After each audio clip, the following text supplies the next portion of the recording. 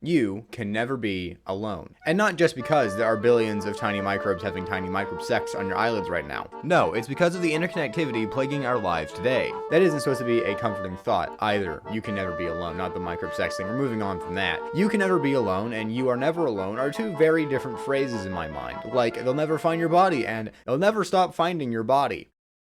The tone is obviously similar, but the two have vastly different implications. You are never alone is meant to be a comforting thought, about how you never have to face anything without support, and that you have people backing you, and those who love and care. Meanwhile, you can never be alone is about the unsettling reality of modern identity. What makes you different from the person next to you? Is it physical things like your hair color or height? Maybe it's your likes, dislikes, personalities, senses of humor, opinions on toast, or the ideologies about the meaning of life that differ. Very few times in the physical world will you encounter someone with any similarities at all, much less important ones. Most of the time, you have to actively seek them out, and that's usually difficult to do, taking time and energy.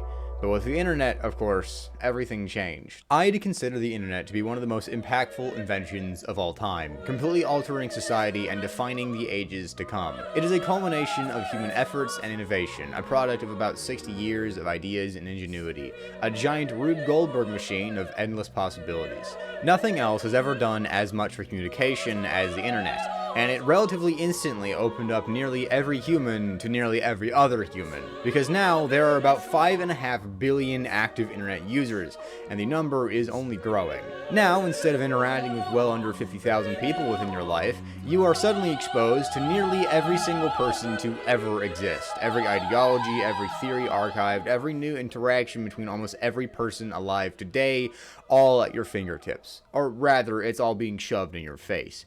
You may see the thoughts of a million people, and it will still be nothing compared to the billions of happenings flooding every single moment of every single day. The internet is incredibly large because humanity is enormously expansive, and because of that, individuality can sometimes be worn away. How many videos have you seen with your exact sense of humor? How many people share your interests? How many posts align with your political or ideological values? Hundreds of thousands? Millions? 100,000 people is exponentially more than you could ever know in real life. A million is a number literally unfathomable to our minds, but both make up such a genuinely insignificant fraction of the greater human populace. How can one be different in the face of such enormity? Because no matter what you do, there will always be someone like you. There's billions of us. No one can be unique, right? No matter your aspirations, your anxieties, your personality and upbringing, it's a world of a million doppelgangers out there.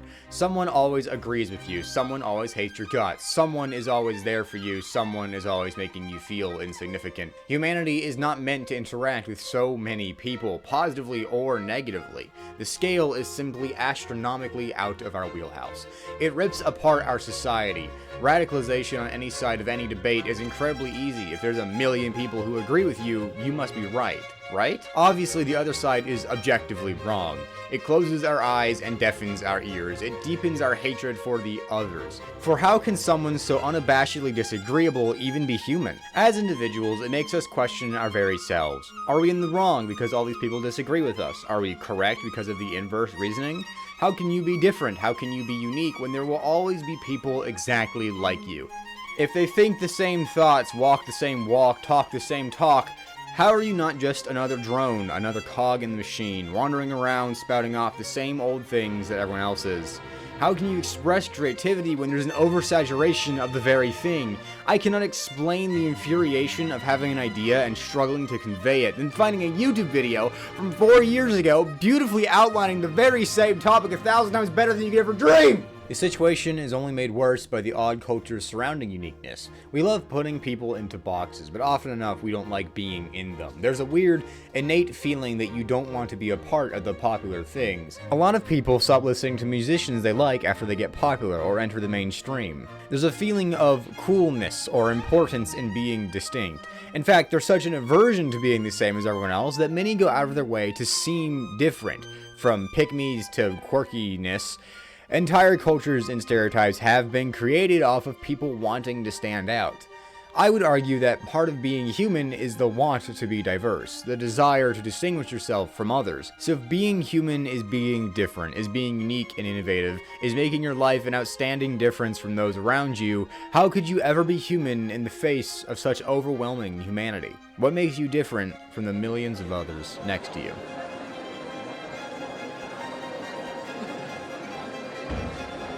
Think back to a memory so absurd or ridiculous that it couldn't have been dreamed up in your wildest imagination. Or remember an event that changed you as a person, shaped you into what you are today, or set you up for it. Could anyone else have that memory? No, not from your point of view, anyways, not with your feelings, not with your thoughts and reactions. Every moment and experience of your life builds up to the next, constructing you like a Lego set, bit by bit.